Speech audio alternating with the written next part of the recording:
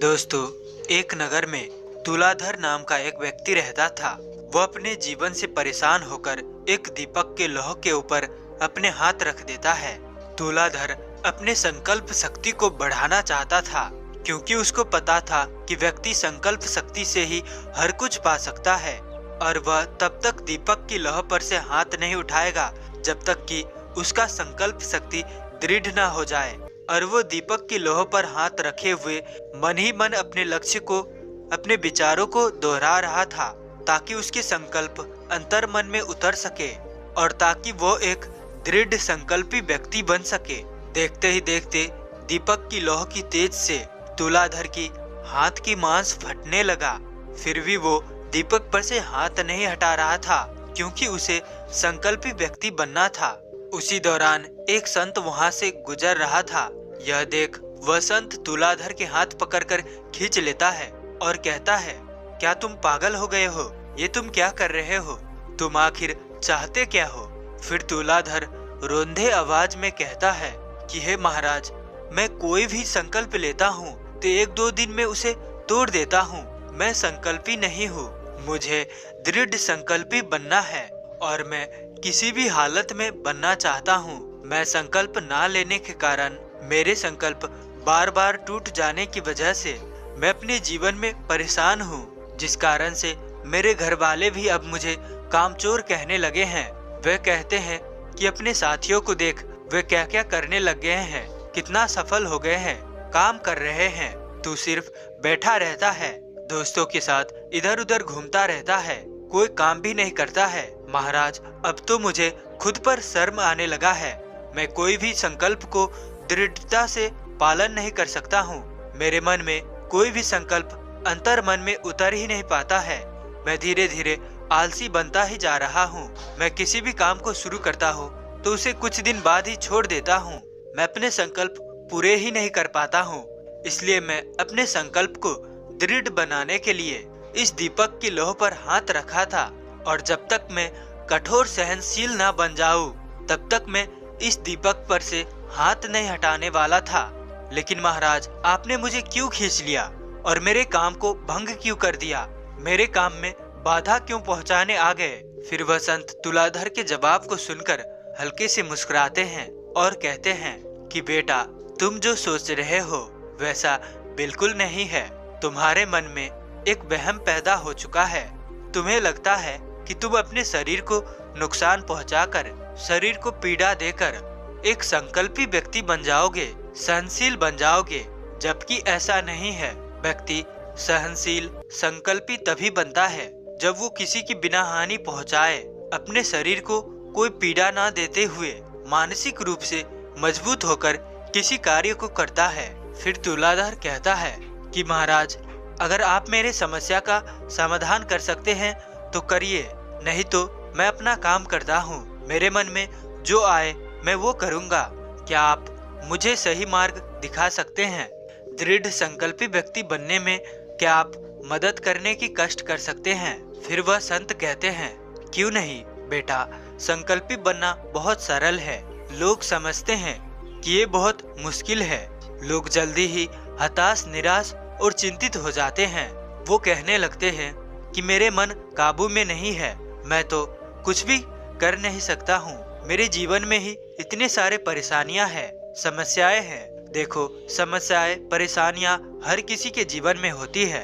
बस हमें उसे समझना है, कहाँ पर हमें उसे प्रदर्शन करना है और कहाँ पर हमें उसे छिपा कर रखना है, नियंत्रण में रखना है, और कैसे हम उस समस्या से पार जा सकते हैं। इस पर भी हम आगे बात करेंगे।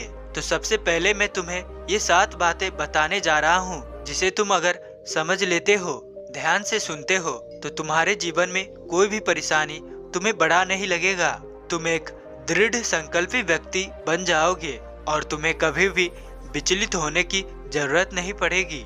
तुलाधर, सबसे पहली बात तुम हमेशा याद रखना, वो ये है कि तुम्हारा शरीर ही तुम्हारी सबसे बड़ी संपत्ति है। शरीर को कष्ट पहुंचा के, पीड़ा पहुंचा के, शारीरिक हिंसा करके तुम अपने आप को कहीं पर नहीं पहुंचा पाओगे। तुम संकल्पी, सहनशील नहीं बन जाओगे। यहाँ पर तुम्हारा समझने का अर्थ ही गलत था।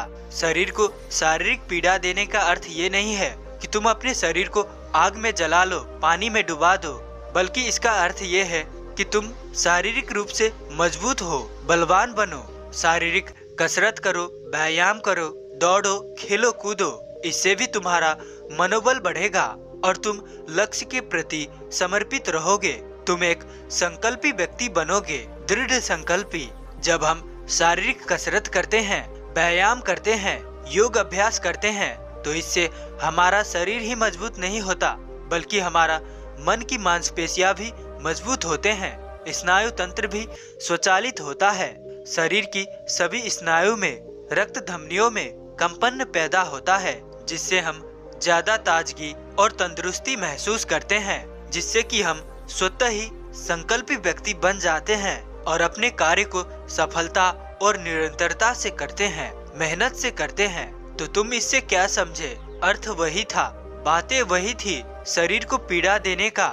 लेकिन शरीर को पीड़ा किस तरह से दिया जाता है वो अलग था, वो तुम्हें समझना था। एक कथा तुम्हें सुनाता हूँ। एक बार भगवान बुद्ध जब वे आत्मज्ञान की खोज कर रहे थे, तो उनके साथ कई गुरु थी जो कि उन्हें बताया कि तुम बिना आहार लिए ध्यान करो, बिना एक भी अन्न खाए तुम ध्यान करो, तपस्या करो, जिससे कि तुम्हें आत्मज्ञान प्राप्त होगी। गौतम बुद्ध ने ऐसा ही किया।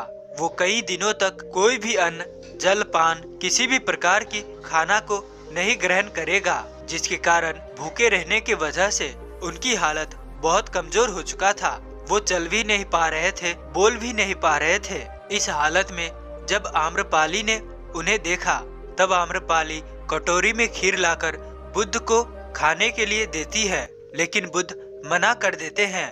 फिर आम्रपाली कहती हैं कि आपके शरीर में ऊर्जा ही नहीं रहेगा तो आप कैसे ध्यान करोगे? किसी भी चीज को प्राप्त करने के लिए शरीर होना जरूरी है।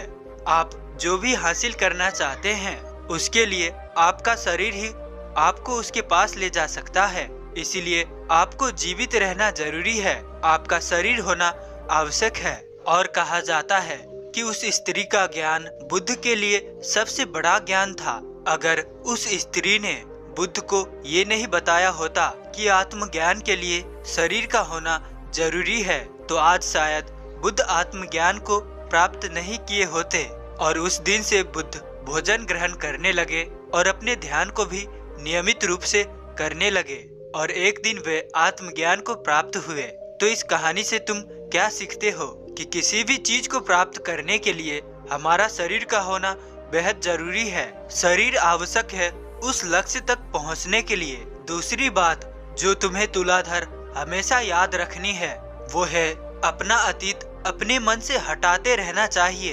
अक्सर लोग ये करते हैं, अतीत में घटे हुए घटित ऐसी घटनाएं जिन्हें वो याद कर कर के पछताते रहते हैं, रोते रहते हैं। और एक बात हमेशा याद रखनी चाहिए, हमारे मन में अनेकों विचार आएंगे, पुराने नए विभिन्न प्रकार के। तो हमें आगे बढ़ने के लिए पुराने विचार को छोड़कर आगे बढ़ते रहना चाहिए और एक विचार पर केंद्रित होकर उस पर काम करने चाहिए। मन से अनावश्यक विचार को हटाते रहना चाहिए। जब तुम ऐसा करते हो तो तुम्हारा मन साफ हो जाता है, स्पष्ट रहता है, लक्ष्य केंद्रित रहता है। और तीसरी बात भी तुम्हें हमेशा याद रखनी है, वो है हमेशा सत्य बोलो। सच बोलने के कारण तुम अपने जीवन में सरल होते जाओगे। तुम्हारे पास समस्या उतनी नहीं आएगी जितनी की आनी होती है। हम एक झूठ बोलते हैं तो 100 झूठ और बोलने पड़ते हैं, क्योंकि एक झूठ को छुपाने के लिए 100 झूठों का सहारा हमें लेना ही पड़ता है। इसीलिए कम बोलो और सोच विचार कर एक ही शब्द बोलो और सत्य बोलो। चोरी, ठगी, फंसने फंसाने की भ्रामक बातों से जितना हो सके उतना बचो। जब तुम ऐसा करते हो तो तुम अनावश्यक चीजों में नहीं फंसते हो, जिसके कारण तुम्हारा मन शांत रहता है और तुम दृढ़ संकल्पी बन जाते हो। चौथी बात को भी ध्यान से समझना, जो कि है अकेले रहो। गलत लोगों के साथ में रहने से अच्छा अकेले रहना अच्छा है। दोस्तों के साथ में इधर उधर की बातें करने से अच्छा तुम एकांत में खुद के बारे में सोचो, समझो, स्मरण करो। अधिकतर लोग ऐसा नहीं करते हैं। वे लोग खुद के बारे में सोच ही नहीं पाते हैं। उसे लोगों के बारे में सोचने का वक्त तो मिलता है, लेकिन वो खुद के बारे में अकेले रहकर सोच ही नहीं पाता है। उन्हें दोस्तों ने, रिश्तेदारों ने जो कहता है वो वही करता है। सभी के बातों में आ जाता है, 10 प्रकार की बातें सुनता है। और ऐसा नहीं होता है कि सब आपके दोस्त रिश्तेदार अच्छे ही होंगे, आपके भला ही चाहेंगे।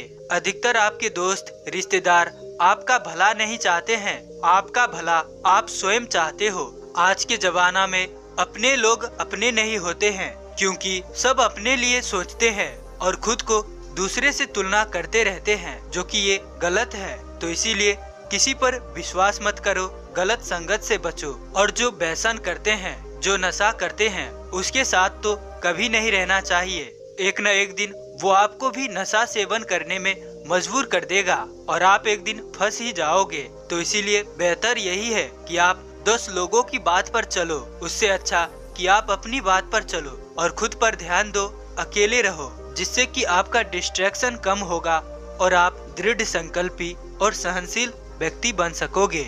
और 5वीं बात जो तुम्हें हमेशा याद रखनी है वो है क्रोध में कभी भी कुछ मत बोलो, क्योंकि हम क्रोध में ऐसी बातें कह देते हैं जो कि हमें बाद में उस बात को लेकर पछतावा होता है। हम सोचते हैं कि अरे हमने ये क्या कह दिया, ये तो छोटी सी बात थी और इसको मैंने इतना बड़ा लंबा बढ़ा चढ़ा कर कह दिया, क्योंकि आप उस वक्त क्रोध में थे। और झगड़ा का मुख्य कारण भी यही क्रोध होता है और व्यक्ति बड़े बड़े समस्या में भी इसी क्रोध के कारण फंस जाता है।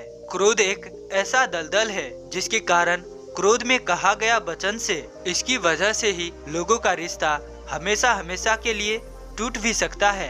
तो बेहतर है कि अगर आप जब क्रोध में हो तो उस वक्त शांत ही रहो, 2 बातें सुन लेना बेहतर है, लेकिन क्रोध में जवाब देना उचित नहीं है, क्योंकि आप क्रोध में हमेशा गलती ही करते हैं। तो जो व्यक्ति क्रोध को नियंत्रण में कर लेता है, क्रोध को वश में करना जानता है, वो स्वतः ही संकल्पी और दृढ़ व्यक्ति बन जाता है। और 6ठी बात, जो हमारे पास है उसकी कद्र करना सीखे।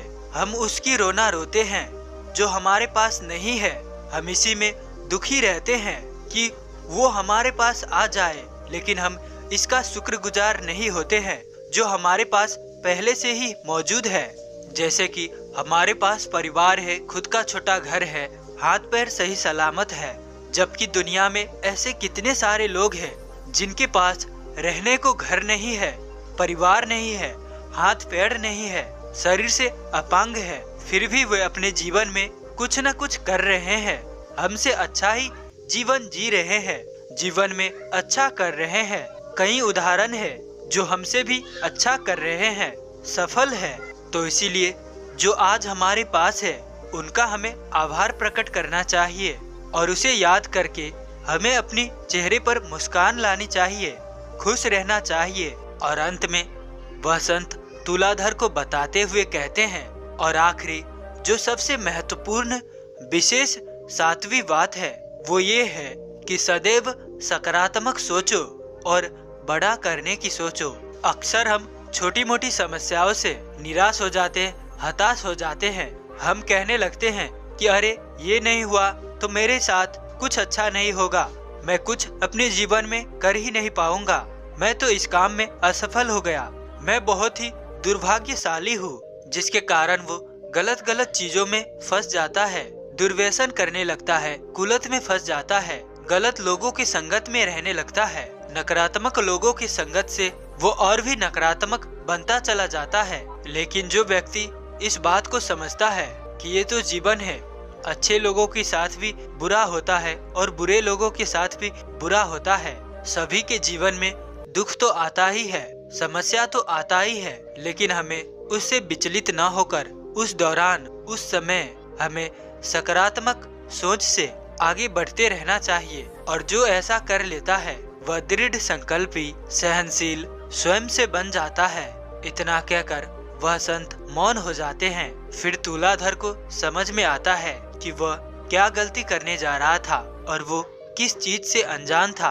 अब वो उस सन्यासी से प्रतिज्ञा करता है, अठोट लेता है और कहता है कि महाराज, आपने जो मुझे ये 7 बातें बताई है, मैं इन 7 बातों को जरूर पालन करूंगा और आज से ही पालन करूंगा। आपका बहुत बहुत आभार है दिल से धन्यवाद है। वह सन्यासी के चरणों में गिर जाता है और उनको प्रणाम करके अपने घर वापस लौट जाता है और उस दिन से उसके जीवन में कभी भी कोई समस्या नहीं आता है। तुलाधर अपने जीवन को खुशी के साथ अब जीने लगता है। उसके सामने बड़ी से बड़ी चुनौती समस्या भी आ जाए तो वो डगमग नहीं होता था, विचलित ना होकर उसका चुटकी में समाधान निकाल लेता था। मानो कि जैसे वो अब वज्र हो गया है। उसे किसी भी जीवन की समस्या से दुख उत्पन्न नहीं होता था। वो सभी दुखों से ऊपर उठकर सोचता था। अब नगर में उसकी वाहवाही होने लगी। सभी के मुख में तुलाधर का ही नाम था। वो अब व्यापार में भी इतना सफल हो चुका था कि अब उसको गांव के 10 व्यापारी में उसका नाम चिन्हित था और वो अपने जीवन के संबंधित व्यापार से संबंधित लोगों को शिक्षाएं भी दिया करने लगे थे अब, क्योंकि अब उसके पास इतने तजुर्बा हो चुका था। वो व्यापार, सामाजिक, राजनीतिक, मौलिक, नैतिक सभी गुणों से अब परिपूर्ण हो चुका था।